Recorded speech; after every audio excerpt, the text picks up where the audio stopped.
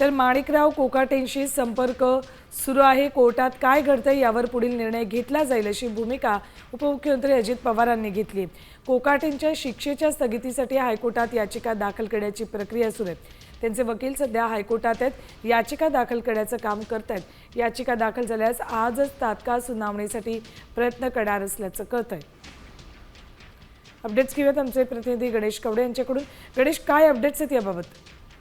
सुवर्ण, नक्कीच ज्या पद्धतीने खरं तर जिल्हा कोर्टाने आहे ते माणिकराव कोकाटे यांना शिक्षा सुनावली होती आणि यालाच कुठेतरी स्थगिती मिळण्यात यावी यासाठी हायकोर्टामध्ये आहे ती याचिका दाखल करण्याचं काम सध्या माणिकराव कोकाटे यांच्या वकिलांकडून सध्या सुरू असल्याचं पाहायला मिळतं। तर दुसरीकडे अजित पवार यांच्याकडून देखील नेमकं आता कोर्टामध्ये काय होतं या भूमीकडे अजित पवार यांचं देखील लक्ष लागलेलं आहे, कारण की अजित पवार या सगळ्या संदर्भामध्ये सकाळी मुख्यमंत्री देवेंद्र फडणवीस यांची देखील भेट घेतली होती आणि त्यामध्ये मुख्यमंत्र्यांनी स्पष्ट करण्यात आलेलं आहे की माणिकराव कोकाटे यांची खाती नेमकी कोणाकडे द्यायची, जर कोर्टातून स्थगिती मिळाली नाही तर लगेच आमदारकी जाण्याची शक्यता वर्तवली जाते। होय, आमदारकी जाण्याची शक्यता आहे। दुसरीकडे गणेश, तुम्हाला आणखी एक अपडेट माहिती देते, ती म्हणजे नाशिक कोर्टामध्ये माणिकराव कोकाटे यांच्या वकिलांनी 4 दिवसांचा वेळ मागून घेतलेला आहे असं सुद्धा कळतंय।